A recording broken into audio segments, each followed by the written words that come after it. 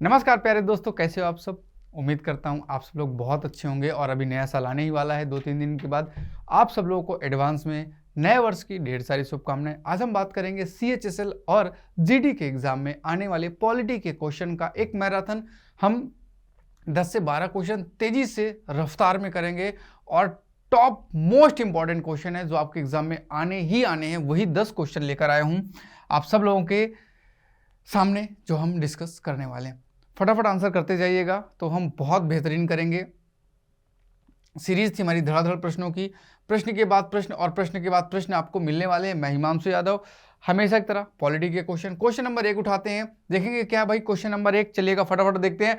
संघ लोक सेवा आयोग के किसी सदस्य को हटाया जा सकता है। दरअसल हम यहाँ पे बात किसी कर रहे हैं मेरे दोस्त, हम यहाँ पे बात करें UPSC की, यूनियन पब्लिक सर्विस कमीशन की। जो यूनियन पब्लिक सर्विस कमीशन होता है इसका आर्टिकल है 315 और इसके सदस्यों का जो कार्य अवधि होती है, कार्य अवधि का मतलब कितने दिन तक काम करते हैं, टाइम कार्यकाल की अगर हम बात करें तो कार्यकाल इनका आर्टिकल है 316 और उसमें कहा गया है कि जो हमारे देश के राष्ट्रपति होते हैं, मतलब कि राष्ट्रपति इनकी क्या करेंगे, नियुक्ति करेंगे, वो तो अलग मैटर हो गया, लेकिन राष्ट्रपति इनको क्या कर सकते हैं, पद से हटा सकते हैं। इनको हटाने का काम किसके पास है, राष्ट्रपति के पास है।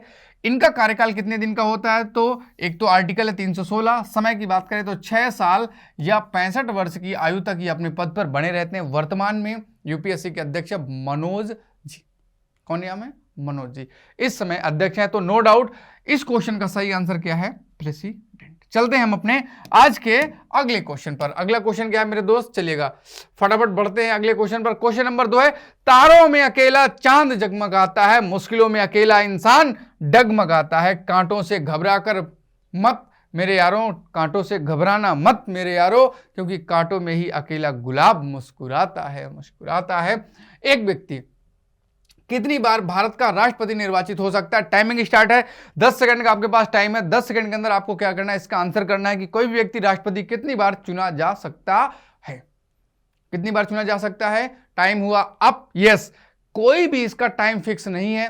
आर्टिकल नंबर 57 में साफ साफ कहा गया है, किसमें, आर्टिकल नंबर 57 में साफ साफ कहा गया है कि कोई भी व्यक्ति एक से अधिक बार राष्ट्रपति चुना जा सकता है। कोई दिक्कत नहीं है, 1 बार 2 बार 10 बार 50 बार, जब तक जनता चुनती रहेगी तब तक वो राष्ट्रपति बनता रहेगा। हमारे देश में सर्वाधिक राष्ट्रपति के रूप में कार्य करने वाला कार्यकाल हमारे देश के प्रथम राष्ट्रपति यानी कि राजेंद्र प्रसाद जी का है। चलते हैं। हाँ, एक बात याद रखेंगे, ये जो हमारे राष्ट्रपति होते हैं ना, राष्ट्रपति का पहली बार चुनाव 24 जनवरी को हुआ था, 1950 में हुआ था। 24 जनवरी को संविधान सभा के द्वारा हुआ था। चुनाव जीते कौन थे, चुनाव जीते थे राजेंद्र प्रसाद जी। कार्यभार शुरू किया था 26 जनवरी से। चलते हैं आज के अपने अगले क्वेश्चन में। हमारा अगला क्वेश्चन क्या भाई, सिम आ जाओ। निम्नलिखित में से किस प्रावधान के लिए संसद में विशेष बहुमत की आवश्यकता होती। टाइमिंग स्टार्ट हो गया, फटाफट बताएंगे। इसका 10 सेकंड का टाइम है आपके पास, क्योंकि जब आप एग्जाम में जाएंगे तो वहां भी आपके पास टाइमिंग का ही सारा खेल होने वाला है। मौलिक अधिकारों में परिवर्तन, नए राज्य के निर्माण में, राज्य की विधान परिषदों के उन्मूलन में, संसद में नियम और प्रक्रिया बनाने में। तो फटाफट इसका आंसर करेंगे, चलेगा, बहुत बढ़िया। हम देखते हैं इसका आंसर क्या है। संसद में नियम बनाने के लिए आर्टिकल है 118 और यह संसद के साधारण बहुमत के द्वारा बनाया जाता है, सिंपल मेजोरिटी के द्वारा, अर्थात उपस्थित मतदान करने वाले सदस्यों के आधे से अधिक लोगों के मतदान से हो जाता है। राज्य में विधान परिषद का उन्मूलन या उसका गठन या उत्साद, इसके लिए आपको पढ़ना पड़ता है आर्टिकल नंबर 169। विधान परिषद के गठन और उत्साद के लिए अनुच्छेद है 169 और वहां पे कहा गया है संसद साधारण बहुमत से एक विधेयक पास करके किसी भी राज्य में विधान परिषद का गठन कर सकती है, जहां है उसे समाप्त कर सकती है, एबॉलिश कर सकती है। नए राज्य का निर्माण, आर्टिकल यहां पे आपको 2 मिलेगा और आर्टिकल नंबर 3 मिलेगा। भारत में जो राज्य पहले से मौजूद है उनकी सीमाओं में परिवर्तन करना आर्टिकल 3 में, नाम परिवर्तन करना 3 में, उनको जोड़ना घटाना आर्टिकल 3 में। जो हिस्सा भारत का नहीं है, किसी दूसरे देश का हिस्सा, उसे भारत में शामिल करने के लिए आर्टिकल 2 है। और ये दोनों काम सिंपल मेजॉरिटी से ही किए जाते हैं, अर्थात उपस्थित एवं मतदान करने वालों की संख्या की 50%। जैसे मान लीजिएगा कि सुबह हैं 550 सांसद सुबह उपस्थित हैं और वोटिंग के समय कितने बचे, वोटिंग के समय बचे मात्र 100, तो हमें 100 लोगों का ही 50% चाहिए, इससे कोई मतलब नहीं है। मौलिक अधिकार में परिवर्तन, आर्टिकल नंबर 35 पढ़ेंगे तो वहां लिखा है मूल अधिकारों में परिवर्तन केवल संसद करेगी और वह भी दोनों सदनों से विशेष बहुमत के द्वारा ही किया जाएगा, यानी कि 2/3 बहुमत के द्वारा ही मूल अधिकारों में परिवर्तन किया जाता है। तो सही आंसर क्या हो जाएगा? नंबर 1। अगले क्वेश्चन पर चलते हैं। क्वेश्चन नंबर अगला, भारत की आकस्मिक निधि का संरक्षक कौन होता है? टाइमिंग स्टार्ट हुई, फटाफट बताइएगा। चलिएगा, 10 सेकंड का टाइम है मेरे दोस्त। भारत की आकस्मिक निधि का संरक्षक कौन होता है? यहां पे थोड़ा सा ये नीचे आ गया है, बट प्रधानमंत्री, सुप्रीम कोर्ट के न्यायाधीश, अध्यक्ष और वित्त मंत्री यानी कि फाइनेंस मिनिस्टर। तो नो डाउट, कोई टेंशन की बात नहीं है। सबसे पहले हम बात करेंगे आकस्मिक निधि की। आकस्मिक निधि कहां पाई जाती है? आर्टिकल नंबर 2, 6, 7 में। और कहा गया है कि भारत की जो आकस्मिक निधि है, इस पर कानून बनाने का जो पावर है, कानून बनाने की जो शक्ति है, वो संसद के पास होती है। ये जो आकस्मिक निधि है, ये 500 करोड़ रुपया होता है, जिसको हमारे देश का जो एग्जीक्यूटिव होता है वो खर्च करता है। एग्जीक्यूटिव का मतलब हमारे देश के राष्ट्रपति या हमारे देश के जो अध्यक्ष होते हैं, वह इस पैसे को क्या करते हैं? खर्च करते हैं। अध्यक्ष का मतलब यहां पे क्या है? अध्यक्ष का मतलब है यहां पे राष्ट्रपति। राष्ट्र के अध्यक्ष हमारे कौन होते हैं? राष्ट्रपति होते हैं। इमरजेंसी पर किसी भी समय 500 करोड़ रुपए तक खर्च किया जा सकता है। ये पावर किसके पास है? ये पावर राष्ट्रपति के पास होती है, क्योंकि वही हमारे देश के अध्यक्ष हैं, हमारे देश के वही एग्जीक्यूटिव होते हैं, जिन्हें हिंदी में राष्ट्रपति या अध्यक्ष या प्रेसिडेंट के नाम से जाना जाता। महामहिम भी कहते हैं, देश के प्रथम नागरिक भी कहा जाता, तीनों सेनाओं का सर्वोच्च सेनापति भी कहा जाता है। चलते हैं हम अपने अगले क्वेश्चन पर। भारत के न्यायिक समीक्षा की अवधारणा किस देश से ली गई? टाइमिंग आपका हुआ स्टार्ट। न्यायिक समीक्षा मतलब कोई भी नियम जो बनाया गया उसको दोबारा चेक किया जा सकता है कि सही है या गलत है। इसके लिए आर्टिकल 13 और साथ ही साथ आर्टिकल 137 भी आपकी मदद करता है। तो टाइम हुआ अप। और जुडिशियल रिव्यू वाला जो कॉन्सेप्ट है कहां से लिया गया? यूनाइटेड स्टेट ऑफ अमेरिका यानी कि अमेरिका से लिया गया है, यूएसए से लिया गया है। यूएसए से और क्या लिया गया है? यूएसए से लिया गया है डेमोक्रेसी। यूएसए से क्या लिया गया है? यूएसए से लिया गया है प्रियम्बल। यूएसए से क्या लिया गया है? वाइस प्रेसिडेंट लिया गया है, उपराष्ट्रपति का पद लिया गया है। आपका जो यूएसए है, यहां से लिया गया है फंडामेंटल राइट, यूएसए से लिया गया मूल अधिकार, यूएसए से लिया गया है फाइनेंशियल इमरजेंसी, वित्तीय आपात का यूएसए से लिया गया है इम्पीचमेंट यानी कि राष्ट्रपति का महाभियोग, ये सब यहीं से लिया गया है। यूनाइटेड किंगडम की बात करें तो यहाँ यानी कि यूके यानी कि ब्रिटेन से क्या लिया गया है? यहाँ से ली गई है संसदीय शासन प्रणाली। यहाँ से क्या लिया गया है? यहाँ से मंत्री परिषद का सिस्टम लिया गया है। यहाँ से क्या लिया गया है? सिंगल सिटीजनशिप, एकल नागरिकता का कॉन्सेप्ट यहीं से लिया गया है। ये जो यूनाइटेड किंगडम है, यहीं से दरअसल हमने रिट का कॉन्सेप्ट लिया है, रिट जारी करने का भी यहीं से लिया गया है। कनाडा की बात करें, कनाडा की राजधानी है ओटावा, और कनाडा से क्या क्या लिया गया है? कनाडा से लिया गया है फेडरल सिस्टम, संघीय शासन प्रणाली, गवर्नर की नियुक्ति, और यहां से लिया गया है अवशिष्ट शक्तियां। क्या लिया गया है?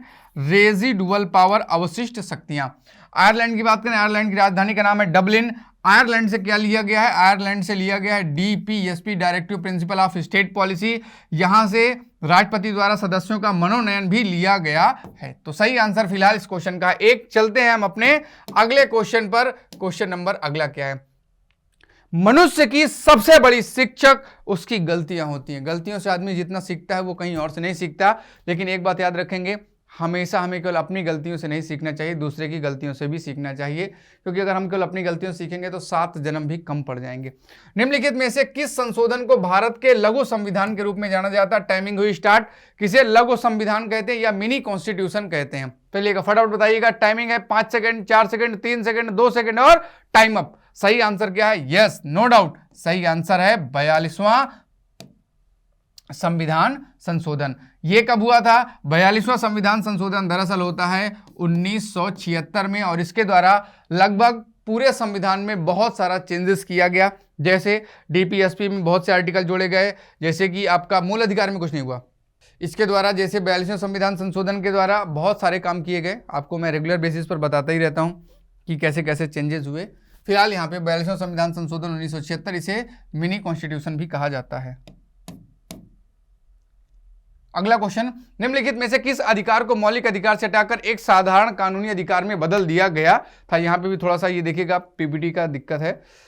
फिलहाल किस अधिकार को मौलिक अधिकार से हटाकर एक साधारण कानूनी अधिकार में बदल दिया गया? जीवन और व्यक्तिगत स्वतंत्रता का अधिकार, मतलब right to life, personal life है।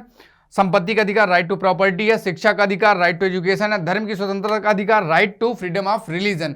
तो सही आंसर क्या है? दरअसल जो राइट टू प्रॉपर्टी है इसे क्या किया गया है? इसे 44 नंबर के संशोधन द्वारा 1978 में अनुच्छेद नंबर 31 से हटाकर 300A में रख दिया गया है। तो पहले मूल अधिकार थे 7 प्रकार के, लेकिन 78 के बाद मूल अधिकार कितने प्रकार के बचे? 78 के बाद 6 प्रकार के फंडामेंटल राइट्स हमारे पास हैं।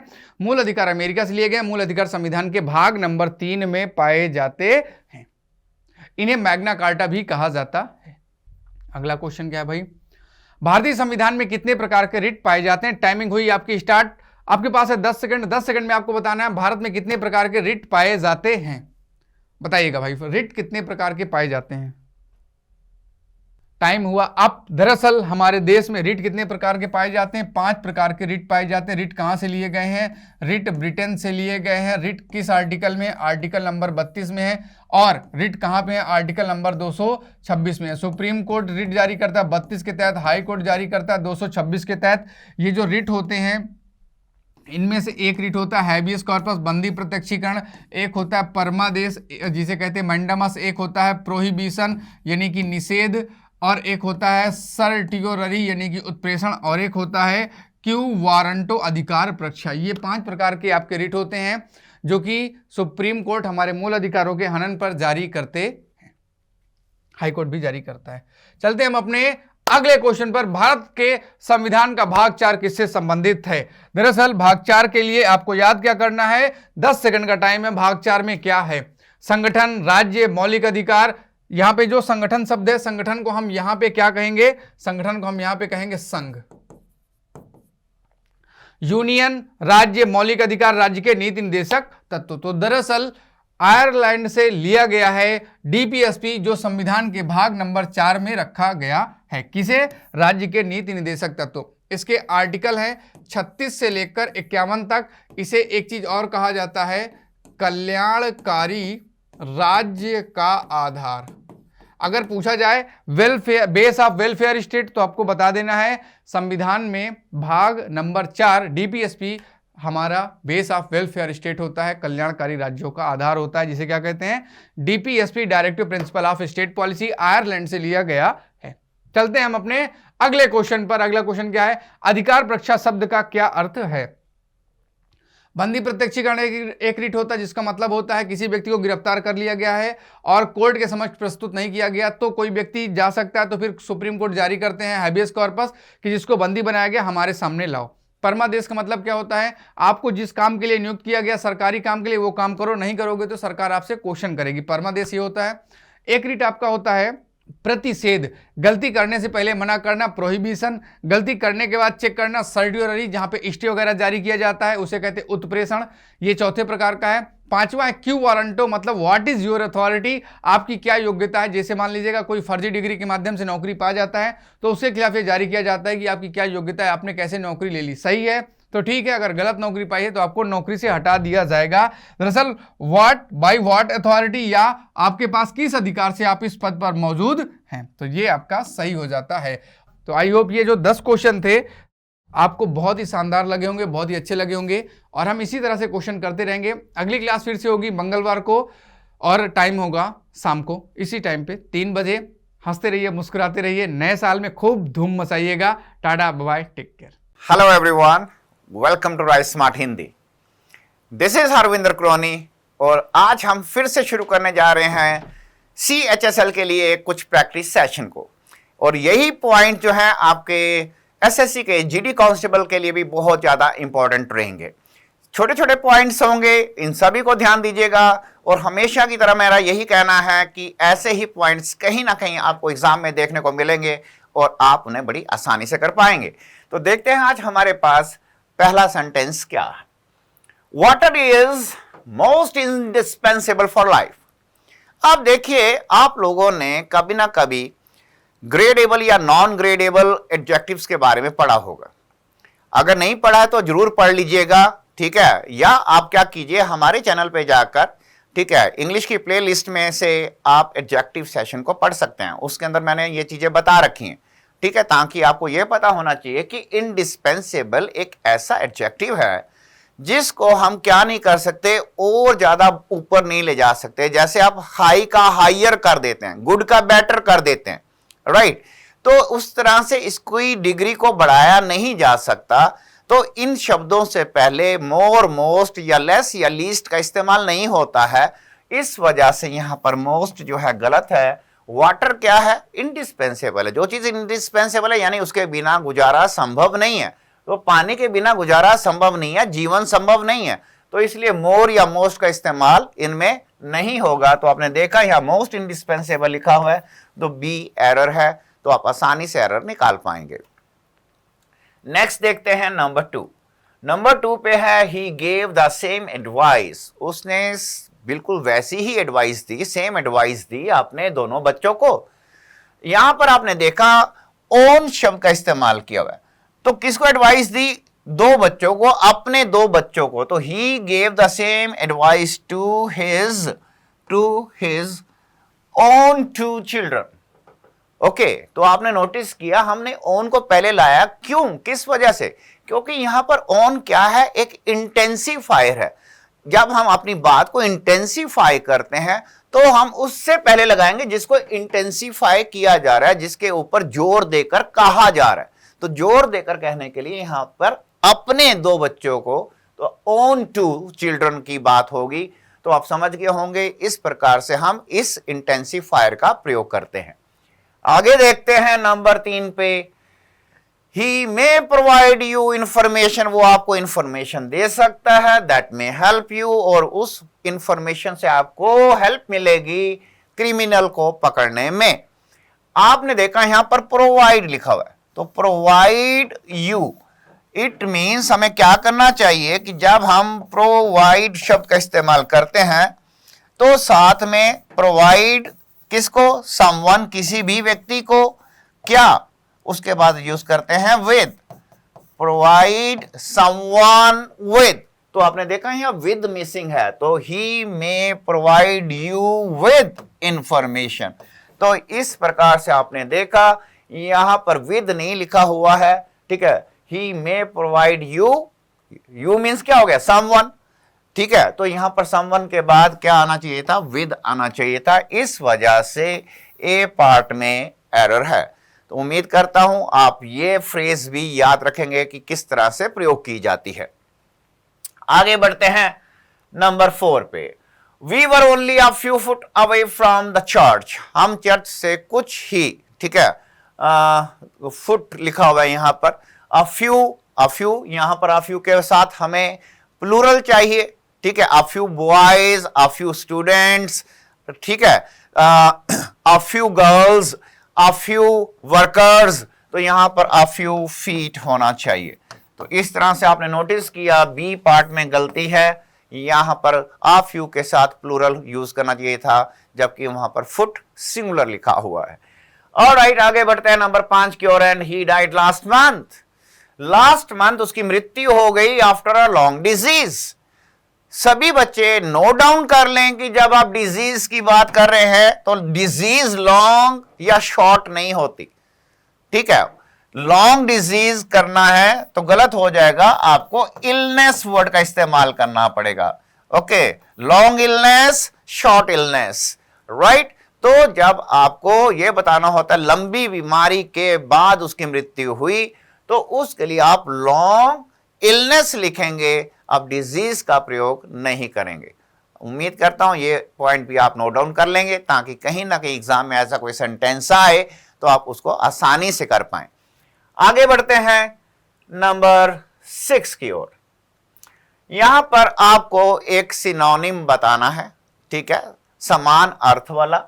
तो वेल्शर का मतलब क्या होता है, क्या वो चीट होता है, हैप्पी होता है, सैड होता है या अगली? तो नेचुरली यहां पर बिना शब्द के अर्थ को जाने तो आंसर नहीं होने वाला है। तो यह हमें क्लियर इंडिकेशन देता है कि हमारे पास शब्दों का ज्ञान भी अच्छा होना चाहिए। उसके लिए आपके अंदर क्या होना चाहिए, सीखने की जिज्ञासा होनी चाहिए, एक पैशन होना चाहिए। कभी भी नए नए वर्ड्स को ये ना सोचिए कि ये बड़े टफ हैं, ये कैसे याद होगा, ऐसा कुछ नहीं है। जस्ट आप अपने आप को अच्छा फील कीजिए कि मेरे को ये शब्द का भी अर्थ पता है, मुझे ये भी आता है, मुझे ये भी आता है। तो जब आप खुश होंगे शब्दों को सीखकर, तो शब्द हमेशा के लिए आपके ब्रेन में जाके बैठ जाएगा। तो वेल्शर का मतलब होता है, ठीक है, जो व्यक्ति चीट होता है। ऑलराइट, सिनोनिम कर रहे हैं, sorry for my bad throat. Number 7 पे भी आपका सिनोनिम है। यहां पर सॉर्सरी वर्ड का गिवन है, ठीक है। तो नेचुरली ये थोड़ा सा टफ वर्ड है, ठीक है, जो जिसका संबंध जादूगिरी से होता है, ठीक है, जैसे जादू टोना लोग करते हैं, उससे जो संबंध है, उससे हम जो संबंध दर्शाना है, उसके लिए हमारे पास वर्ड है विचक्राफ्ट। तो याद रखना है, सॉर्सरी वर्ड का संबंध जादू टोने से संबंधित है, जादू से संबंधित है, उसको हम कहते हैं विचक्राफ्ट। ठीक इसी प्रकार से अगला वर्ड बताइए, सिनोनिम क्या होना चाहिए। यहां पर है इंडिग्नेशन। अब बात आती है इंडिग्नेशन क्या चीज होती है। इंडिग्नेशन क्रोध को कहते हैं, गुस्से को कहते हैं, एंगर को कहते हैं, ठीक है, फ्यूरी को कहते हैं, बहुत ज्यादा गुस्सा। तो यहां पर आप देख सकते हैं हमारे पास क्लियर एंगर वर्ड गिवन है और इंडिग्नेशन मींस एंगर। ऑलराइट, आगे बढ़ते हैं नंबर 9 की ओर। यहां पर अब आपके एंटोनिम शुरू होने जा रहे हैं, ठीक है, अपोजिट वर्ड्स के अब आप क्वेश्चंस करने वाले हैं। तो उन अपोजिट वर्ड के क्वेश्चन को ध्यान से देखिएगा। यहां पर लिखा हुआ है अनसाइटली, जो चीज दिखने में अच्छी नहीं है, ठीक है, बुरी है, अगली है, जैसे देख रहे हैं गंदी है, अगली है, हॉरिबल है, भयानक है। और एक चीज है इसका उल्टा जो देखने में अच्छी है, तो वो क्या है, वो प्लेजेंट है, ठीक है, गुड है, प्लेजेंट है।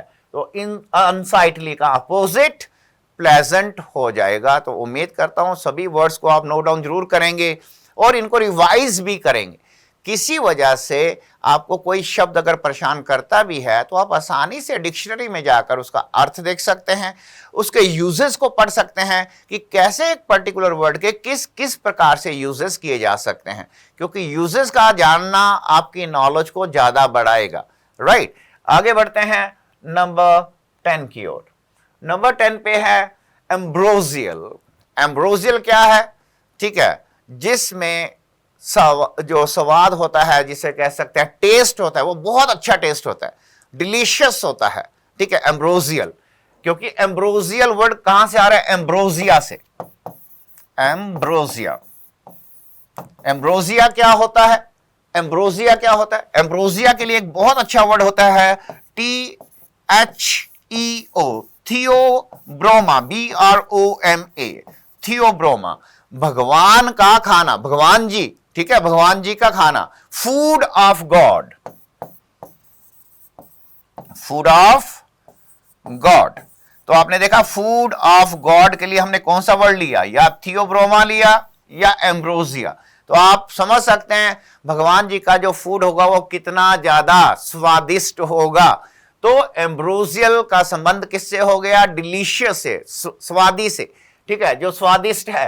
अपोजिट देना है तो क्या हो जाएगा, टेस्टलेस हो जाएगा। अपोजिट वर्ड क्या हो जाएगा, जिसमें कोई टेस्ट नहीं है। ऑलराइट, नंबर 11 पे देखते हैं, fill in the blanks using the correct option. अब यहां पर आपको दो ऑप्शन दे रखी है, turned over and turned up. Sentence को ध्यान से पढ़ना पड़ेगा ताकि आप फिल इन द ब्लैंक कर पाओ। इन फिल इन द ब्लैंक करने के हमें मैक्सिमम बेनिफिट क्या मिलता है, फिल इन द ब्लैंक करने से सबसे बड़ी चीज है कि आपको क्लोज टेस्ट करना आ जाता है। राइट, उसके अलावा आपकी जितनी भी वोकैब की तैयारी होती है उसका भी पता चलता है कि यस आपको कितने अर्थ मालूम है, आपको फ्रेजल वर्ब्स कितनी आती हैं। राइट, तो आपको यह देखने को मिलेगा कि आप सिर्फ एरर फाइंडिंग वाले सेंटेंसेस में नहीं, सेंटेंस इंप्रूवमेंट में भी इसकी मदद मिलने वाली है, ठीक है, सिनोनिम्स में भी इसकी मदद मिलने वाली है, फ्रेजल वर्ब्स में भी इनकी मदद मिलने वाली है। तो यहां पर फिल इन द ब्लैंक्स करना है करेक्ट ऑप्शन से। The boat throwing the people into the water. अब क्या हुआ होगा, जो लोग जो हैं पानी में गिर गए, क्योंकि बोट जो है पलट गई। बोट क्या होगी, पलट गई। तो पलटने की इंग्लिश होती है टर्न ओवर, ठीक है। तो the boat turn over and उससे क्या हुआ, throwing the people into water. तो उम्मीद करता हूं आपको टर्न ओवर समझ में आ गया होगा। टर्न अप का मतलब क्या होता है, by the way, turn up का मतलब होता है अपीयर होना। Okay, so as soon as the bell rang he turned up, जैसे ही बेल बजी वो अपीयर हो गया, वो प्रकट हो गया। चलिए आगे बढ़ते हैं नंबर 12 की ओर। सम क्लोथ्स वियर ऑफ या वियर आउट क्विकली। बड़ा अच्छा सेंटेंस है इसका, आपको ऑप्शन फिल करनी है। तो कुछ कपड़े ऐसे होते हैं जो जल्दी वियर आउट हो जाते हैं, ठीक है। वियर आउट का मतलब क्या हो गया? No longer okay usable, no longer usable, अब वो यूज के काबिल नहीं है, ठीक है। तो ऐसे कपड़े जो हैं वियर आउट हो जाते हैं। वियर ऑफ, ठीक है, वियर ऑफ क्या होता है? किसी चीज का खत्म हो जाना, ठीक है। तो फिर से रिपीट कर रहा हूं कि अगर कोई वर्ड आपको तंग करता है तो प्लीज डिक्शनरी खोलिए, एक्सप्रेशंस को देखिए और उनके आप देखेंगे कि और भी अलग अलग यूजेस होते हैं। तो वो काम करना, शब्दों को ज्यादा से ज्यादा सीखना, वो आपकी ड्यूटी है, आपके अंदर पैशन होना चाहिए। आगे बढ़ते हैं नंबर 13 की ओर। You can see the river bank is being, आप देख सकते हैं रिवर का जो किनारा है उसको क्या किया जा रहा है, क्या हो रहा है, उसको इरोड हो रहा है। आपने पढ़ा होगा ज्योग्राफी वगैरह में। तो यहां पर ईटन अवे का मतलब हो जाता है इरोड। ऑलराइट, ईटन अवे, तो याद रखिएगा ईटन अवे का मतलब हो जाएगा इरोड। ऑलराइट, आगे बढ़ते हैं नंबर 14 की ओर। Some of them were very oddly, ये थोड़ा सा टफ है, ये मैं मानता हूं ये टफ है, ठीक है। यहां पर बताया जा रहा है कि कुछ लोग जो हैं बड़े ही अजीबोगरीब ढंग से कपड़े पहने हुए थे उन्होंने, ठीक है, ड्रेस्ड थे, वर ऑडली ड्रेस्ड, अजीब कपड़े पहन रखे थे। तो उसको हम कहते हैं रिग्ड आउट, रिग्ड आउट। तो रिग्ड आउट मींस ड्रेस्ड होता है। रिग्ड अप का मतलब होता है बनाना, किसी चीज को बनाना, ठीक है। They rigged up a small boat, उन्होंने एक छोटी बोट बनाई, ठीक है। तो रिग्ड अप हो गया बनाना, एंड रिग्ड आउट का मतलब हो जाता है ड्रेस्ड, ठीक है। आगे बढ़ते हैं नंबर 15 की ओर। I have sworn off cigarettes on her advice, मैंने उसकी सलाह पे, ठीक है, कसम खा ली है कि अब मैं जो है सिगरेट नहीं पीऊंगा, ठीक है। किसी बुरी आदत को छोड़ना, उसके लिए कसम खाना, उसको हम कहते हैं sworn off. I have sworn off cigarettes on her advice. तो उम्मीद करता हूं ये एक्सप्रेशन भी क्लियर हो गया होगा। आगे देखते हैं नंबर 16 पे हमारे पास क्या है। वन वर्ड सब्सटीट्यूशन करना है 16 से लेकर 20 नंबर तक। वन वर्ड सब्सटीट्यूशन, अनेक शब्दों के स्थान पर प्रयोग होने वाला एक शब्द।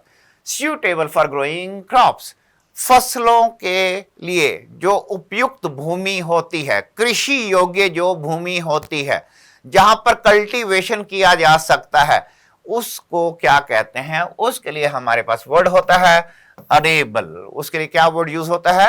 ARABLE, arable is the right word. Alright, आगे बढ़ते हैं number 17। an embarrassing mistake that you make in public, अगर पब्लिकली कोई गलती हो जाए, ठीक है, जनता के सामने कोई बहुत बड़ी गलती हो जाए तो अजीब सी फीलिंग भी होती है, लोग एम्बेरस्ड भी फील करते हैं। तो एम्बेरसिंग मिस्टेक जो होती है उसे हम इंग्लिश में क्या कहते हैं? ब्लूपर कहते हैं, ठीक है। ये अक्सर न्यूज़पेपर वगैरह में, मैगजीन्स में भी आप लोग देखते होंगे, और आजकल तो यूट्यूब और इसके ऊपर फेसबुक के ऊपर भी लोग बड़ी सारी ऐसी पोस्ट डालते हैं जहां पर दिखाया जाता है कि कैसे लोग ब्लूपर कर देते हैं, कैसे पब्लिकली गलतियां कर देते हैं। ऑलराइट, नंबर 18 की ओर बढ़ते हैं, और नंबर 18 पे है टू सिग्नल विद हैंड और हेड, किसी को हाथ के इशारे से बुलाना, ठीक है, या किसी को सिर के इशारे से बुला देना। तो इशारा करके बुलाते हैं जब हाथ से या हेड से, उसको हम इंग्लिश में कहते हैं beckon, okay, BECKON। Alright, number 19 पे आ रहा है one who is ready to start argument और फाइट, कोई ऐसा व्यक्ति जो हर समय, ठीक है, लड़ने झगड़ने को तैयार रहता है, हर पल लड़ने झगड़ने को तैयार रहता है, उसको हम बेलिकोज के नाम से जानते हैं, ठीक है। So we have to use the word bellicose. Alright, number 20, one who is physically strong, आप लोगों ने बाहुबली मूवी देखी होगी, ठीक है, बलशाली बाहुबली, उसके लिए इंग्लिश में वर्ड होता है ब्रॉनी। उसके लिए हम कौन सा वर्ड यूज करते हैं? ब्रॉनी शब्द का इस्तेमाल करते हैं। ऑलराइट, और मैं फिर से रिपीट कर रहा हूं कि मेरे को पूरी उम्मीद है कि आप लोग सारे पॉइंट्स को नोट डाउन करते जाएंगे, इनको रिवाइज भी करेंगे, ताकि आने वाले एग्जाम में इनमें से जो भी शब्द आपको दिया जाए आप उसको आसानी से कर पाएंगे। जो एक्सप्रेशन आए, ठीक है, अगर आपने पढ़ रखा होगा तो नेचुरली काम आसान हो जाएगा, आप फुल मार्क्स आसानी से ले पाएंगे। आगे बढ़ते हैं नंबर 21 की ओर। नंबर 21 पे है हमारे को कुछ ईडियम्स के बारे में अब बात करनी है। ठीक है, जैसा कि अक्सर मैं अपनी क्लासेस में कहता हूं, ईडियम्स क्या होती हैं? ग्रुप ऑफ वर्ड्स होते हैं जिनका एक विशेष अर्थ होता है। उन इंडिविजुअल वर्ड्स की बात नहीं करते। जैसे फेदर लिखा है तो इसका मतलब ये नहीं कि हम पंखों की बात कर रहे हैं। ठीक है, तो यहां पर है रफल समबडीज फेदर का अर्थ क्या होगा? इन शब्दों का विशेष अर्थ क्या है?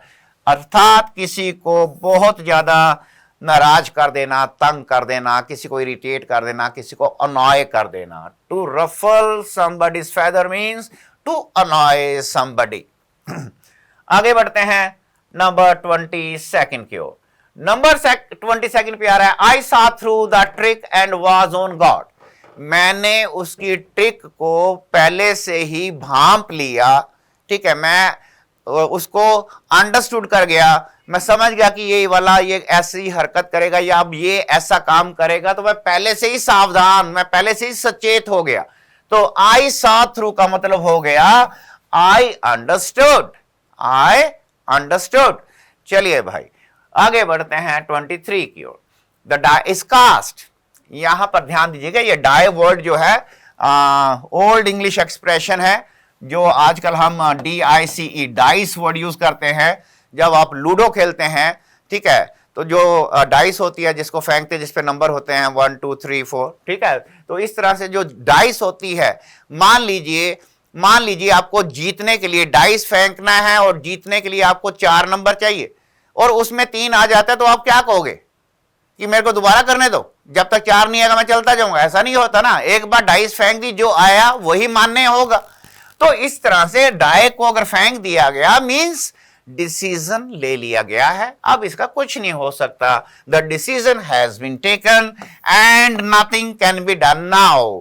The decision has been taken and nothing can be done now. उम्मीद करता हूं ये वाली इडियम भी आपको अच्छे से माइंड में आ जाएगी और आप आसानी से कर पाएंगे। आगे देखते हैं नंबर 24 पे। My close friend got the sack from his first job recently. Got the sack, got the sack का मतलब हो जाता है किसी को नौकरी से निकाल देना, उसको डिसमिस कर देना। तो हमारे पास साफ लिखा हुआ है कि फ्रेंड को डिसमिस कर दिया गया, नौकरी से निकाल दिया गया। Okay, got the sack. आगे है 25th। She is a fair weather friend. अब बात आती है फेयर वेदर फ्रेंड वाले एक्सप्रेशन को क्या कहते हैं। इसका मतलब ये नहीं कि अच्छे मौसम वाले फ्रेंड, इसका मतलब है कि जब समय अच्छा है तो वो फ्रेंड है, समय बुरा है तो फिर वो भाग जाते हैं।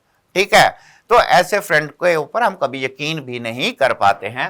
तो याद रखिए, a friend who deserts you, एक ऐसा मित्र जो कहने का मित्र है, ठीक है, लेकिन छोड़ के भाग जाता है आपको इन डिफिकल्टीज, मुसीबत के समय। तो ध्यान दीजिएगा, इस तरह से आज हमने 25 सेंटेंसेस को किया है। इसी प्रकार की और प्रैक्टिस करने के लिए आप हमेशा हमारे चैनल के साथ जुड़े रहे। अगर आपने हमारे चैनल को अभी तक सब्सक्राइब नहीं किया है तो डू सब्सक्राइब द चैनल। यदि आपको कंटेंट अच्छा लगा हो, एक्सप्लेनेशन सारी समझ में आई हो, तो प्लीज सेशन को लाइक करना और शेयर करना मत भूलिएगा। मिलते हैं नेक्स्ट टाइम। खुश रहें। God bless all of you. Hello, hi, नमस्कार, सत श्री अकाल and very very very warm welcome to all of you Rice smart Hindi YouTube channel पर। मैं श्याम असारे आप सभी लोग का स्वागत कर रहा हूं बार बार। और हम सभी लोग यहाँ अभी स्टार्ट करेंगे एक बेहतरीन क्वेश्चंस के सेट जो एसएससी सीएचएसएल एंड जीडी के लिए बहुत इंपॉर्टेंट है।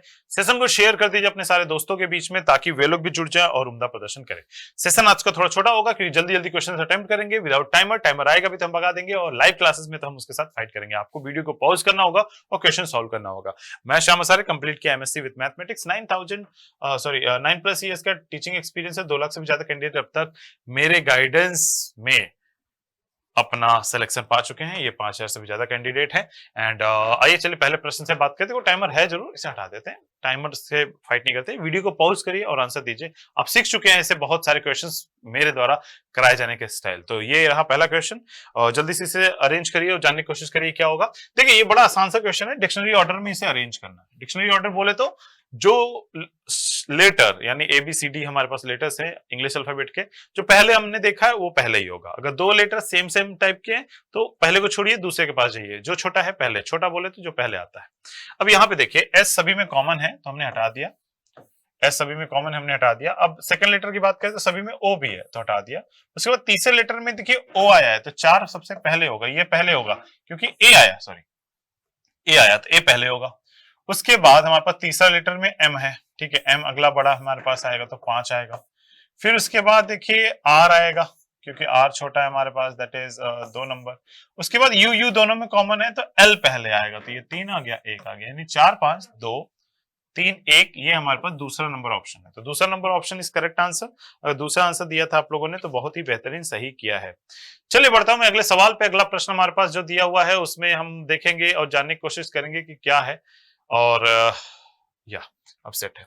इसमें पूछ रहा है कि क्या ऑपरेशन स्टार यानी एस्ट्रिक साइन के जगह रखें इन ऑप्शंस में से जो हमारे पास काम बना दे। आपको एक बात ध्यान में देखनी होगी कि सब इक्वल टू हमारे पास लास्ट वाले ऑप्शन दे रहे हैं, इक्वल टू 40 चाहिए। अब लेफ्ट साइड में ऐसा क्या कैलकुलेशन करे कि हमारे पास 40 बन जाए। अब लेकिन एक बात और ध्यान रखिएगा, एक और हिंट दिमाग में चिट बना के रख लीजिए। ये जो इक्वल टू है ना, इक्वल टू, वो इक्वल टू ऐसे जगह सेट होना चाहिए जो दशमलव में ना कन्वर्ट करे, एक वैल्यू में कन्वर्ट करे। फॉर एग्जांपल पहले ऑप्शन में इक्वल टू यहां पे बोल रहा है, अगर हम इक्वल टू रखते हैं 11/13 तो जाहिर सी बात है ये दशमलव में वैल्यू आएगी, जबकि हमें होल नंबर में चाहिए। पहला ऑप्शन ऐसे एलिमिनेट हो गया, दूसरा फिर वहीं इक्वल टू दिया हुआ एलिमिनेट हो गया, तीसरा फिर वहीं पे इक्वल टू दिया हुआ एलिमिनेट हो गया। ये 3 ऑप्शन तो ऐसे ही गलत हो गया। चौथा सही होगा, चाहे तो आप सेट करके चेक कर लें। सेट करता हूं तो यहाँ पे आएगा प्लस, प्लस आने के बाद अगला आएगा माइनस, फिर उसके बाद अगला आएगा हमारे पास डिवाइडेड, फिर उसके बाद अगला आएगा इनटू। यही दिया हुआ हमारे पास। तो चलिए हम पहले डिवाइड कर लेते हैं।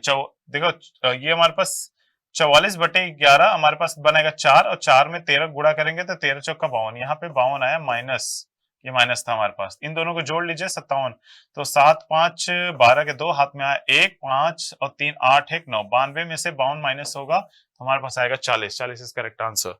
Moving forward for the next question, हमारे पास साइलोगिज्म का एक क्वेश्चन दिया हुआ है। वीडियो को पॉज करिए, पहले आप आंसर मार्क करिए।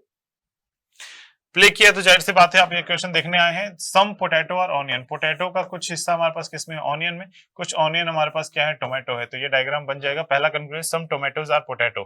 टोमेटो का कुछ हिस्सा हमारे पास, टोमेटो का कुछ हिस्सा क्या है, पोटैटो है। नहीं दिखा तो गलत, आप लोगों को पहले ही बता चुका हूं। जब डायग्राम में रिलेशन दिखे तो सही होता है, ना दिखे तो गलत। डेफिनेट केस वीडियो पीछे है, पूरा बेसिक से गोला बना बना के कहां दिख रहा है कहां नहीं दिख रहा है उसे जाके देख लीजिएगा। अगला, no tomato is potato, tomato potato नहीं है ऐसा कहना भी गलत है। दोनों देखिए गलत हो गया, सब्जेक्ट प्रेडिकेट भी मैच कर गया और सम के साथ नो बन गया। तो हमारे पास यहाँ पे केस किसका बनेगा, आइदर और का। तो आइदर और का केस यहाँ बनेगा। Third number option is correct answer. यार अगला क्वेश्चन, अगले क्वेश्चन में हमारे पास दिया हुआ है इसका मिरर इमेज क्या होगा। मिरर इमेज, आइए चलिए फटाफट हम लोग ढूंढ लेते हैं मिरर इमेज क्या होगा। तो इनके पास मिरर इमेज मतलब जस्ट जो मिरर के सामने है वो पहले बनेगा।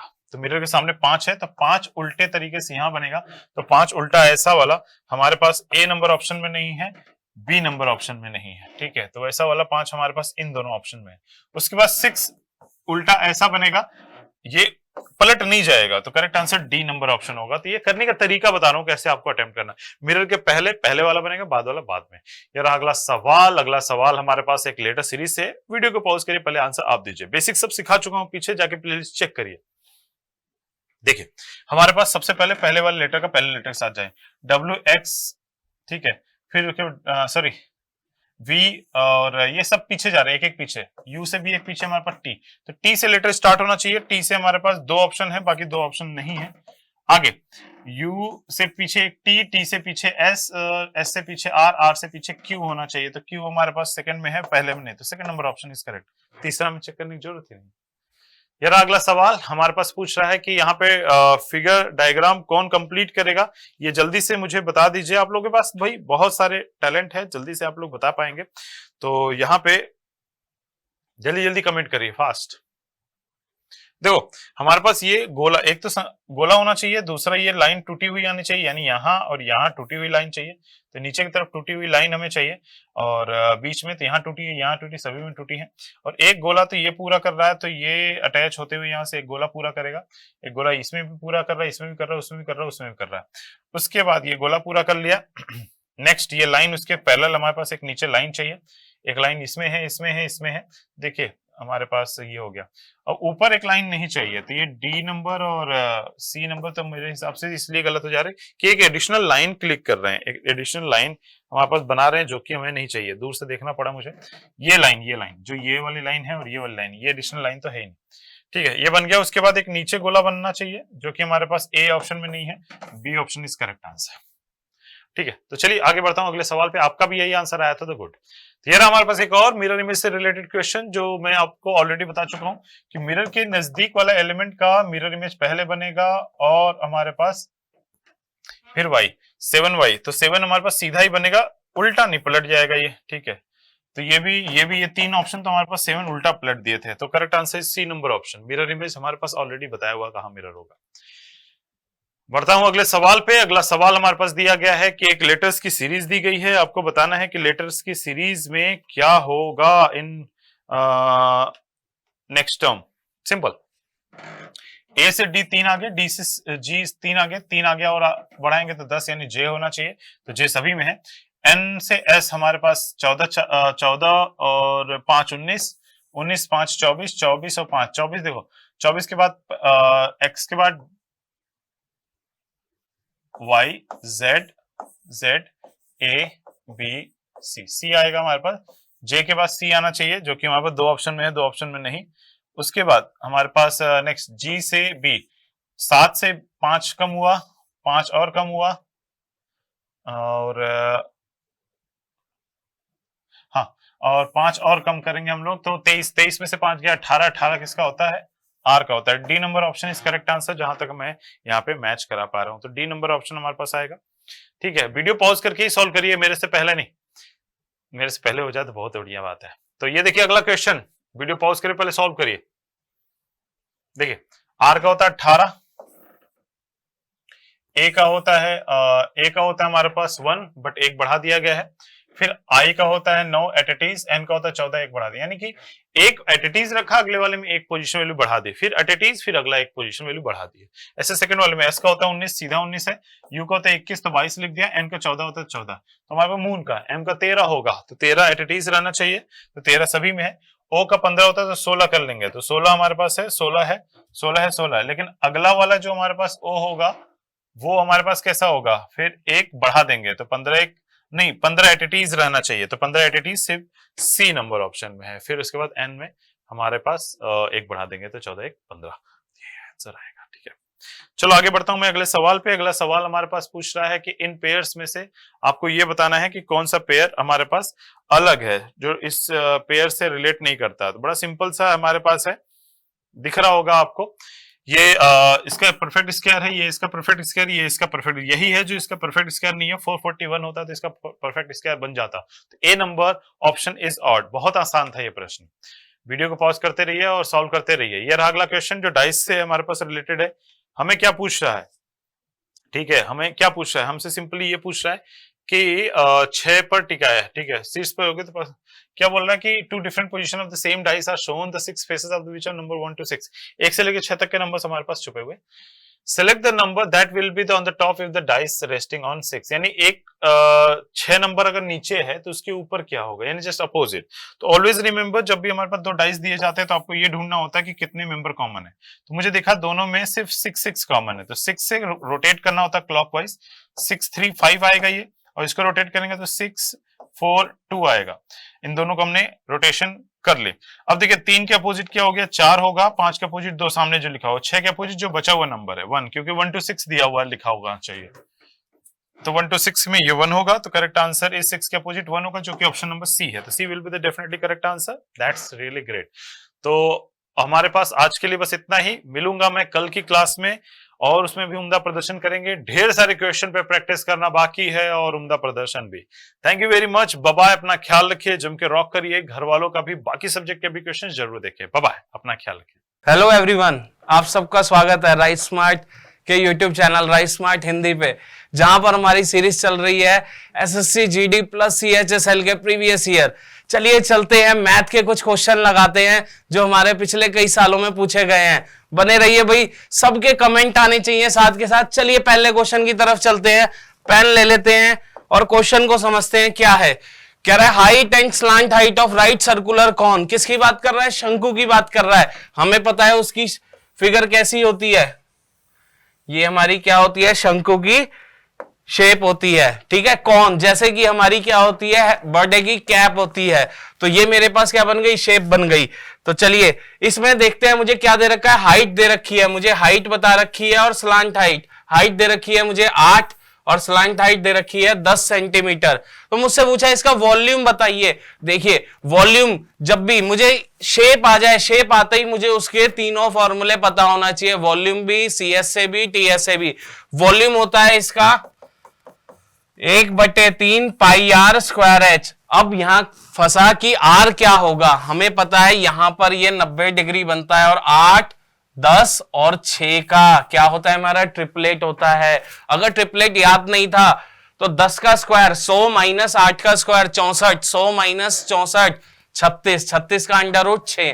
तब भी हम क्या निकाल सकते हैं? रेडियस। रेडियस हो गई 6, हाइट है 8।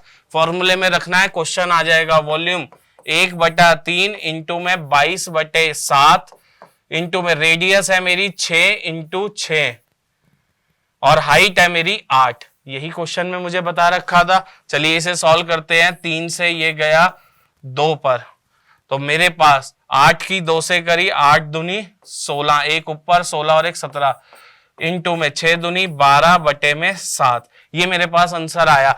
लेकिन क्वेश्चन आंसर में जो मुझे दे रखे हैं प्रॉपर वैल्यू दे रखे हैं, या तो 200 है या 301.71 है। इसे सॉल्व कर लेते हैं। देखो 12 की 6 से करूंगा तो 72, 7 ऊपर 12 की इससे करूंगा 84, 84 में अगर मैं 7 को जोड़ूंगा तो आ जाएगा 91, 9 ऊपर 12 और 9 21/7। 7 से इसे काटा तो पहली डिजिट ही 3 आ गई। 3 एक ही ऑप्शन में है, ये मेरा क्या हो गया? आंसर हो गया। देखो ऐसे ही मुझे आगे निकालने की जरूरत ही नहीं है, मुझे ऑप्शन में 3 से स्टार्ट होने वाला एक ही है। अपनी कैलकुलेशन, अपनी एक्यूरेसी पर विश्वास रखो। चलो सॉल्व कर लेते हैं। 7 से काटा 21 को 3 आया, आगे आया 1 0, 12 12 से छोटा 1, कितना बचा? 5 5 0 यहां पर आएगा। देखो सेम आंसर आ गया 301.7। तो ऐसे ही मुझे क्वेश्चंस लगाने हैं जो प्रीवियस ईयर में पूछे गए हैं। चलिए नेक्स्ट क्वेश्चन चलते हैं। नेक्स्ट क्वेश्चन का टाइमर स्टार्ट कर दिया। क्वेश्चन को जल्दी जल्दी समझते हैं क्या है। जो जो जुड़ा हुआ है सबसे पहले तो चैनल को सब्सक्राइब करो और अपने दोस्तों के साथ जो तैयारी कर रहे हैं एसएससी जीडी या सीएचएसएल के या एसएससी के किसी भी एग्जाम की, तो राइस स्मार्ट हिंदी पर चल रही है सबके लिए प्रैक्टिस बैच। चलिए टाइम अप हो गया, क्वेश्चन को देखते हैं। कह रहा है ये टेबल बता रखी है नंबर ऑफ लैपटॉप। 3 कंपनियां डेल, एचपी और लिनोवो के लैपटॉप के बारे में बता रखा है कि उनके कितने कितने मल्टी ब्रांड स्टोर है, उनमें क्या क्या बिकता है। ये स्टोर है ABCD, उनमें कितने कितने बिक जाते हैं laptop.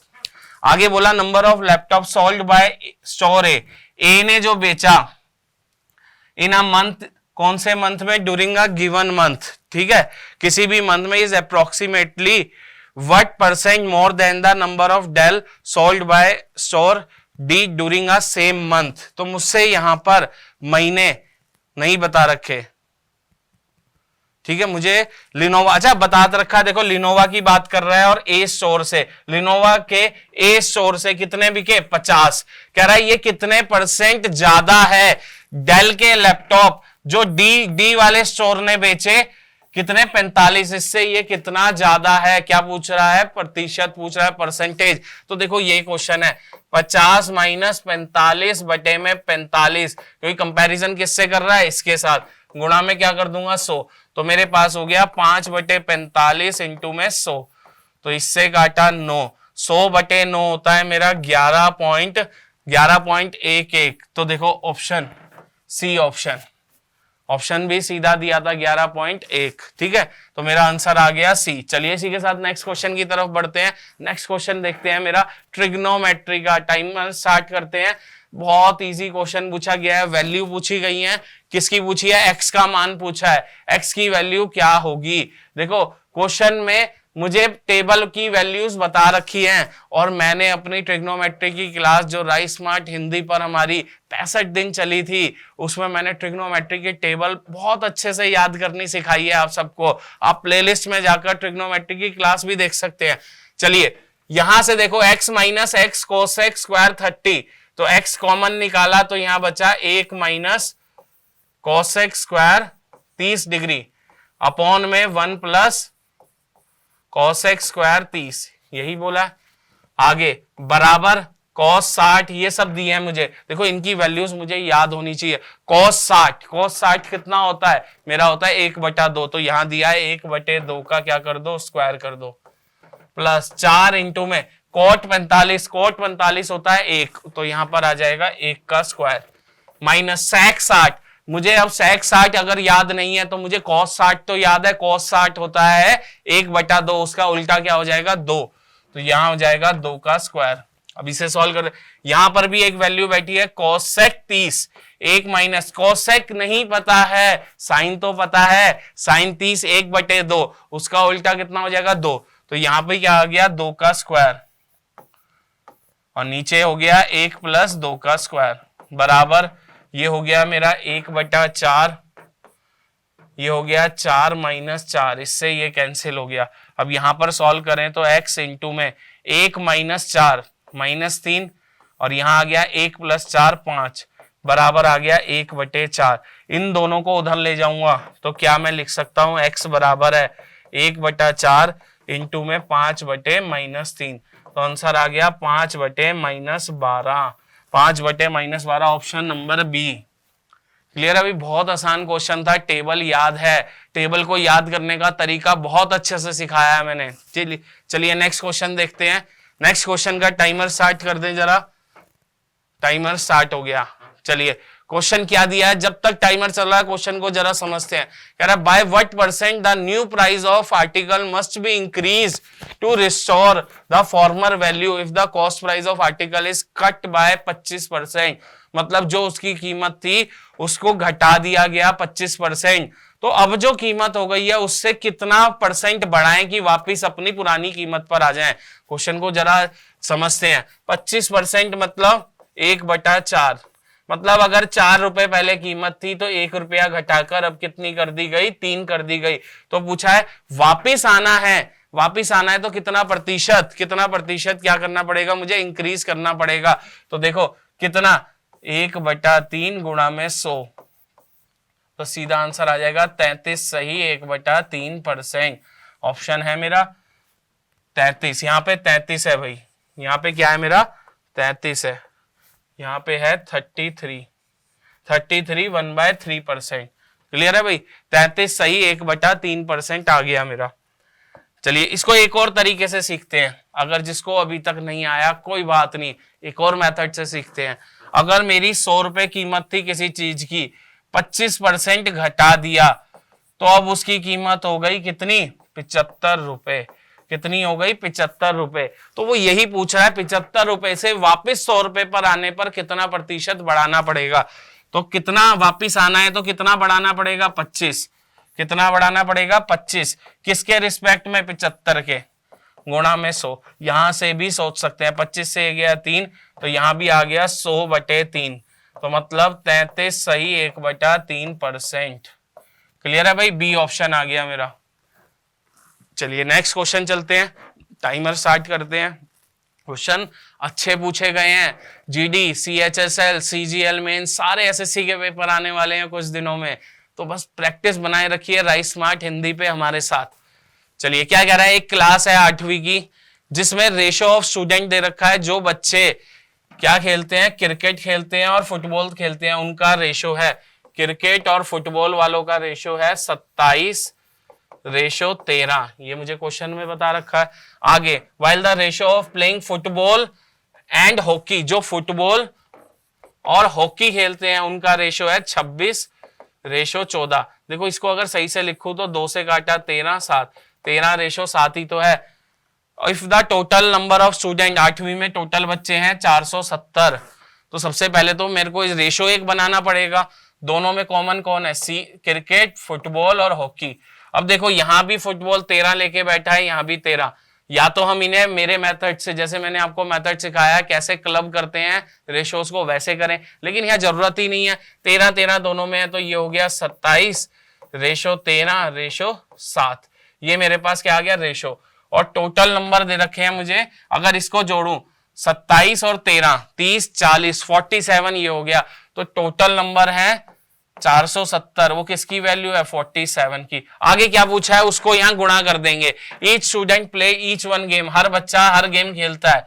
Find the percentage of student of class playing cricket, इनमें से कितने परसेंट बच्चे क्रिकेट खेलते हैं। सबसे पहले तो नंबर निकालना पड़ेगा, क्रिकेट कितने खेलते हैं? 27, गुणा किससे कर दो? 27, तो इससे काटा 10, तो 270 बच्चे क्रिकेट खेलते हैं। कितने में से? 470 बच्चों में से। तो पूछा कितने परसेंट है, परसेंट में पूछा है, मतलब 270 बटे में 470 अपॉन में 470 गुणा में 100 कर दो। इससे ये गया आंसर आ गया 2700 बटे में 47। इसको जब सॉल्व करेंगे तो ये जाएगा 5 पर फिर 7 पर, तो आंसर में 5 57.45 क्लियर है भाई। चलिए इसी के साथ नेक्स्ट क्वेश्चन चलते हैं। नेक्स्ट क्वेश्चन मेरा देखो कितना आसान क्वेश्चन पूछा गया। कह रहा है एक टेबल बता रखी है, मार्क्स ऑब्टेन बाय 10 से कम 2 बच्चों के, 20 से कम 5 बच्चों के, 30 से कम 6 बच्चों के, 40 से कम 8 बच्चों के, 50 से कम 10 बच्चों के। ये क्या दे रखे हैं? नंबर दे रखे हैं।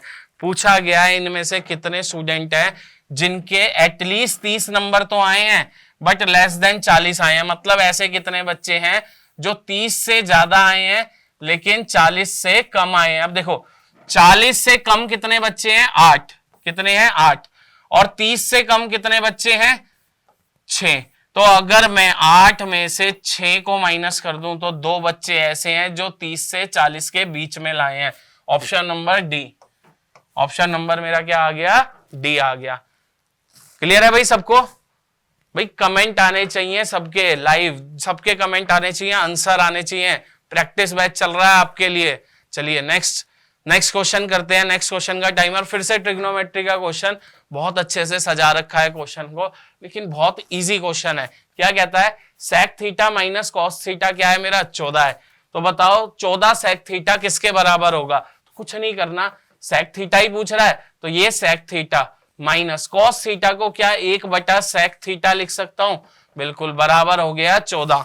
इधर एलसीएम लिया तो ये आ गया सेक थीटा, इधर हो गया sec square theta minus 1 equal to 14। और हमें एक आइडेंटिटी पता है। क्या पता है? 1 plus tan square theta equal to होता है सेक स्क्वायर थीटा के। ये हमें पता है सबको, ठीक है। तो अगर 1 को उधर ले जाऊं तो क्या मैं लिख सकता हूं कि टेन स्क्वायर थीटा बराबर होगा सेक स्क्वायर थीटा माइनस 1 के। तो ये ऊपर वाला जो है ये क्या हो जाएगा? टेन स्क्वायर थीटा बटे में सेक थीटा इक्वल टू 14। इसको इधर ले गया तो मेरे पास आ गया tan square theta equal to 14 sec theta. क्या आ गया? 14 सेक थीटा। यही तो पूछा था, 14 सेक थीटा एक्स के बराबर है, तो एक्स किसके बराबर हो गया? Tan square theta. Option number A. Clear है भाई? Option number A. कंसेप्ट को सीखो। देखो क्वेश्चन को उसने अच्छे से रखा था। क्वेश्चन मेरा CHSL में पूछा गया था, इसमें मिक्स क्वेश्चन है। कुछ क्वेश्चन GD के प्रीवियस ईयर हैं तो कुछ क्वेश्चन CHSL के प्रीवियस ईयर हैं। जो जिसकी तैयारी कर रहा है, बल्कि सबके लिए CGL मेंस आ रहा है उसमें भी सेम क्वेश्चन आपको दिख सकता है। चलिए नेक्स्ट क्वेश्चन की तरफ चलते हैं। टाइमर स्टार्ट हो गया है भाई, आंसर आने चाहिए जो जो जुड़ा हुआ है। क्वेश्चन बहुत इजी है। x प्लस 1 बटा x 13 है, तो ये बताना है। मुझे पता है एक चीज, एक रूल सीखा है हमने कि अगर x प्लस 1 बाय एक्स की वैल्यू a है, ये कुछ नहीं है, ठीक है, कंफ्यूज मत होना। x प्लस 1 बाय एक्स अगर a है तो x square plus 1 by x square सीधा क्या हो जाता है? a का स्क्वायर माइनस 2। फिर दोबारा से चौथी पावर में जाना हो तो इसका फिर स्क्वायर कर दूंगा तो x की पावर 4 प्लस 1/x की पावर 4, जो यहाँ पर आंसर बना क्या बना, a स्क्वायर माइनस 2, इसका स्क्वायर कर कर माइनस 2 फिर कर देंगे, फिर यहाँ जो बना इससे आगे 8 में जाना हो तो इसका स्क्वायर कर कर माइनस 2 कर देंगे, बस ये याद रखना है। अब यहाँ पे क्या है मेरा x plus 1/x equal to -13, तो मैं अगर यहाँ से x square plus 1/x square निकालूंगा तो क्या हो जाएगा, -13 का स्क्वायर -2, तो यहाँ पर मेरे पास आ जाएगा 169 माइनस 2, तो आंसर आ गया 167। ये आ गई मेरी x square plus 1/x square की वैल्यू। अभी यहां तक नहीं रुकना, मुझसे क्या पूछी है, पावर 4, तो इससे जब आगे जाएंगे x की पावर 4 प्लस 1/x की पावर 4, तो ये हो जाएगा 167 का स्क्वायर -2। अब ध्यान से देखो 167 का स्क्वायर करना है, क्लियर है भाई। हम ऑप्शन से कैसे क्वेश्चन कर सकते हैं, बहुत इजीली, इसका स्क्वायर ना ही करो तो अच्छी बात है। देखो इसका स्क्वायर होता, इसका स्क्वायर जो भी होगा, 7 की आखिरी में यूनिट डिजिट है, इकाई के स्थान पर बैठा है, 7 का स्क्वायर जब भी होगा तो लास्ट में 9 आएगा, और 9 में से जब 2 जाएगा तो आखिरी डिजिट 7 बचेगी, क्लियर है भाई। तो देखो 7 सिर्फ इनमें से सिर्फ एक ही ऑप्शन में है, सीधा आंसर आ गया। अगर तुम स्क्वायर करते तो इसका स्क्वायर आता 2 7 8 8 9, उसमें से 2 घटाता तो वही चीज 2 7 8 8 7, यही मेरा आंसर है। देखो मैं या तो प्रॉपर तरीके से करूं, वहां मुझे इसका स्क्वायर करने के अलग नंबर नहीं मिलेंगे, ठीक है, वहां जो बैठा है चेक करने वाला कि मैंने इसका स्क्वायर करके देखा था या नहीं देखा था, इसके अलग से नंबर मुझे नहीं देगा। तो मैंने क्या करा, स्मार्ट वर्क, आखिरी में 7 है, इसका स्क्वायर करूंगा तो स्क्वायर के बाद जो आंसर आएगा उसमें 9 आएगा, और 9 में से जब भी 2 जाएंगे तो 7, और 7 सिर्फ एक ही ऑप्शन में है, तो ऑप्शन नंबर कौन सा हो गया, ए। चलिए नेक्स्ट चलते हैं, नेक्स्ट क्वेश्चन कह रहा है एक सिटी है जिसकी पॉपुलेशन 10% हर साल बढ़ती जा रही है। If the population of city was 2 crore, अभी कितनी है, 2 करोड़ है, कब, 2018 में। पूछ रहा है पॉपुलेशन उसकी 2021 में क्या होगी। क्वेश्चन ये आया, मुझसे पूछा गया पेपर में। अब देखो 10% बढ़ रही है, 10% को तोड़ लो, 10% मतलब 1/10, 10 सी तो 1 बढ़ गई, कितनी हो गई, 11। कितने साल है, कितने साल की बात कर रहा है, 18 से 21 जा रहा है, मतलब ये 3 साल की बात कर रहा है। तो मतलब 10 से 11, 10 से 11 और 10 से 11, ये हो गई मेरी 2018। अभी यहां पे नहीं लिखते, यहां पे लिखते हैं, तो ये हो गया 1000 और ये हो गया मेरा 1331। तो अब ये क्या है, 2018 की, और ये क्या है 2021 की पॉपुलेशन, यही बोली है मुझे। और असली में वैल्यू कितनी दी है, 2 करोड़। 2 करोड़ मतलब 2 करोड़ में कितनी जीरो होती हैं, 3 जीरो और 7 जीरो होती हैं। कितनी होती हैं, लाख में मेरी 5 होती हैं, तो करोड़ में मेरी 7 जीरो होती हैं। तो 2 करोड़ दिया है, मतलब 2 गुणा में 10 की पावर 7, इसकी वैल्यू क्या है, 1000। इसकी गुणा किससे करूंगा, 1331 से। तो देखो 3 जीरो से तो ये 3 जीरो चली जाएंगी, 4 बचेंगी, और 2 की इससे गुणा करूंगा तो मेरे पास 2 6 6 2 और कितने, 4 जीरो, 1 2 3 4, 4 जीरो लगा दूंगा। अब यहां से कॉमा लगाऊंगा, 3 के बाद, 2 के बाद, इसके बाद, तो ये क्या है मेरे पास, 2.662 करोड़, यही तो है ऑप्शन नंबर सी। अगर इसको पढ़ूं तो 1 2 3 4 5 6 7, ठीक है, यही है 2 करोड़ 66,20,000, यही तो नंबर है। तो ये यहां बैठा है 2.662 करोड़, क्लियर है भाई। तो ऑप्शन नंबर सी, बहुत इजी क्वेश्चन था। क्या लगा, सक्सेसिव लगता है जब मेरे पास पॉपुलेशन का क्वेश्चन आता है, या मेरे पास डेप्रिसिएशन का क्वेश्चन आता है कि कोई मशीन मैंने ली, 3 साल बाद उसकी कीमत इतनी हो गई। डेप्रिसिएशन वहां भी एक तरीके का कंपाउंड इंटरेस्ट वाला कंसेप्ट चल रहा है, ठीक है, जैसे वहां ब्याज के ऊपर ब्याज लगता है, डेप्रिसिएशन ब्याज के ऊपर ब्याज कम होता चला जाएगा, ऐसी पॉपुलेशन भी क्या है, ब्याज के ऊपर ब्याज लगता चला जाएगा। चलिए नेक्स्ट क्वेश्चन चलते हैं। देखो नेक्स्ट क्वेश्चन, कितना इजी क्वेश्चन पूछा गया मुझसे CHSL में। कह रहा है if in a family consumption of sugar is 6 kg for 24 days, तो बताओ 18 दिन के लिए क्या कंजम्पशन होगी। यार यूनिटरी मेथड हम सीख कर आए हैं। क्या है, 6 किलो जो है, कितने यूज कर रहे हैं, कितने दिन के लिए? 24 दिन के लिए। ठीक है, 24 दिन के लिए। तो निकालने कितने दिन के लिए? 18 दिन के लिए। क्वेश्चन खत्म हो गया। या तो इसको नॉर्मल लिखते कि 24 दिन के लिए 6 किलो, एक दिन के लिए 6/24, फिर 18 दिन के लिए 6/24 इंटू 18। हमने सीधा सीखा है जो वैल्यू दी है वो किसकी और निकालनी किसकी है। अब देखो 6 से काटा, 6 से मैंने इसे काटा तो मेरे पास आ गया 4, 2 से काटा 2, 2 से काटा 9, तो मेरे पास आ गया 9/2 किलो। 9/2 किलो होता है 4.5 किलो, क्योंकि ऑप्शन मुझे कैसे दिए हैं? पॉइंट में। ऑप्शन नंबर डी हो गया मेरा। क्लियर है भाई? आंसर नहीं आ रहे सबके? सबके आंसर आने चाहिए जो जो जुड़ा हुआ है। चलिए नेक्स्ट क्वेश्चन की तरफ चलते हैं। अब देखो नेक्स्ट क्वेश्चन का टाइमर स्टार्ट करते हैं। नेक्स्ट क्वेश्चन में क्या पूछा है? कह रहा है एक पॉन्ड है, एक तरीके से कैसी शेप है इसकी? क्यूबॉइड, क्योंकि इसकी लंबाई, चौड़ाई और ऊंचाई दे रखी है। कह रहा है इसकी कैपेसिटी, क्षमता कितनी होगी? जब भी कैपेसिटी पूछे मतलब वॉल्यूम निकालना है। तो वॉल्यूम होता है किसी भी क्यूबॉइड का length into breadth into height, लंबाई चौड़ाई ऊंचाई की गुणा। तो 50 मीटर गुणा 35 मीटर इंटू में 2.5 मीटर, यही क्वेश्चन है मेरा।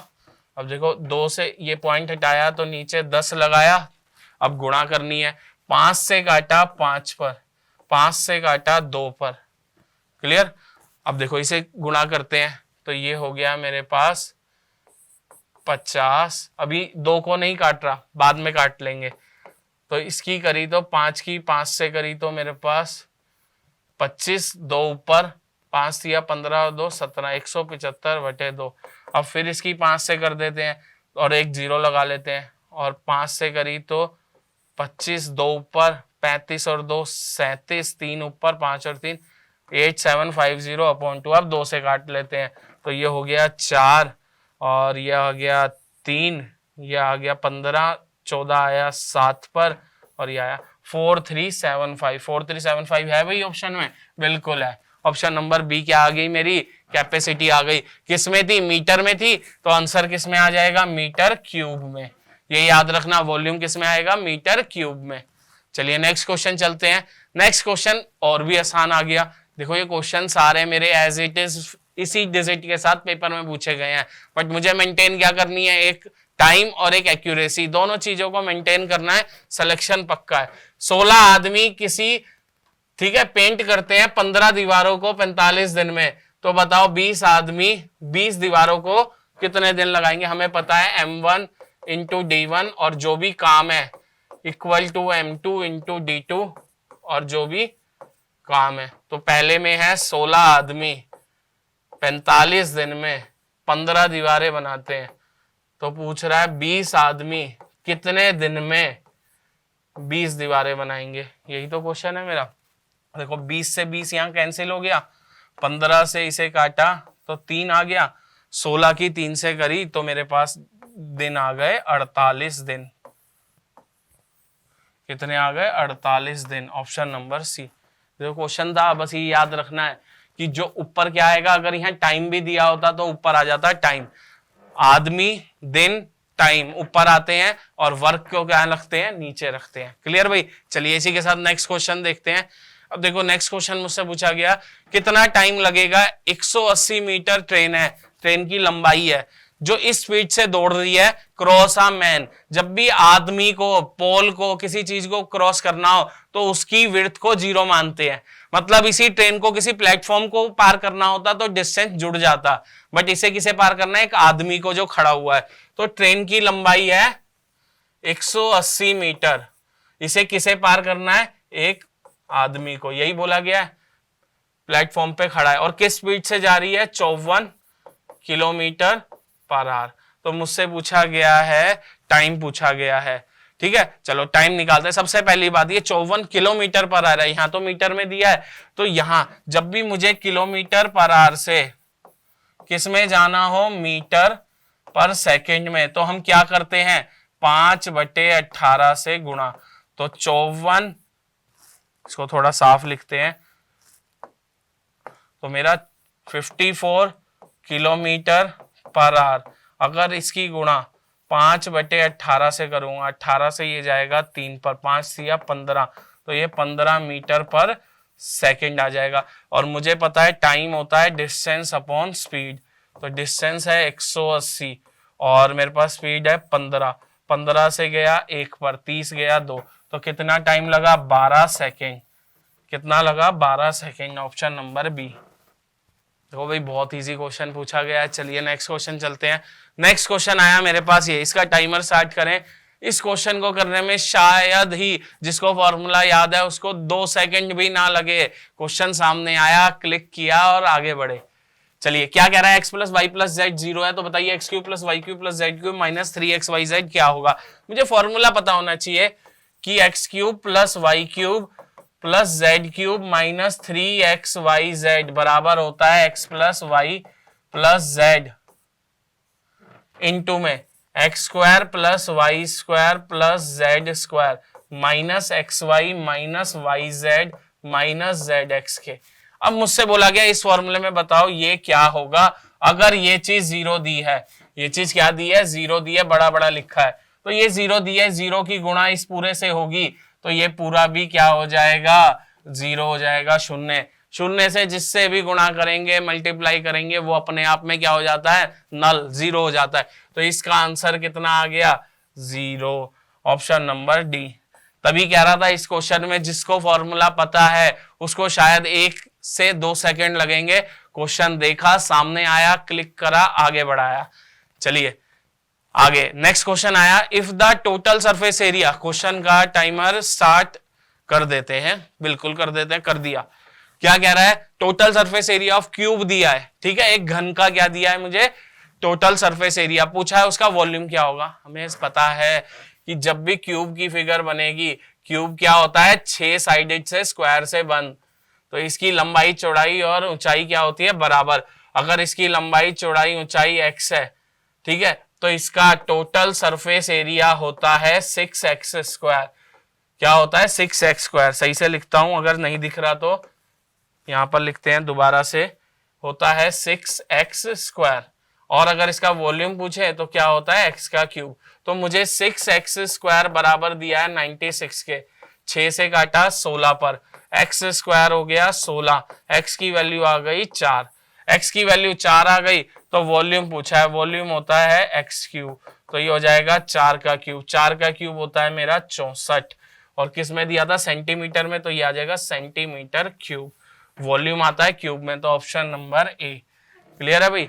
देखिए बहुत अच्छे क्वेश्चन भी पूछे गए हैं, बहुत आसान क्वेश्चन भी पूछे गए हैं। जो आसान क्वेश्चन पूछे गए हैं वो आपका टाइम बचाते हैं बाकी क्वेश्चंस के लिए। तो हमें दोनों तरीके के क्वेश्चन प्रैक्टिस करते हुए चलने हैं क्योंकि पेपर में दोनों पूछे जाएंगे। चलिए नेक्स्ट देखते हैं।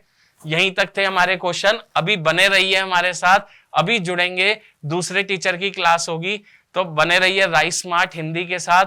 और चैनल को सबसे पहले तो सब्सक्राइब करिए क्योंकि हमारी 9 से 12 चल रही है सीजीएल मेंस की तैयारी, हमारी 3 से 7 चल रही है एसएससी जीडी प्लस सीएचएसएल की तैयारी, और 9 से 12 हमारी चल रही है सीटेट की तैयारी। तो हमारे साथ जुड़े रहिए, ऐसी सिलेक्शन पाते रहिए। मिलते हैं भाई नेक्स्ट क्लास में।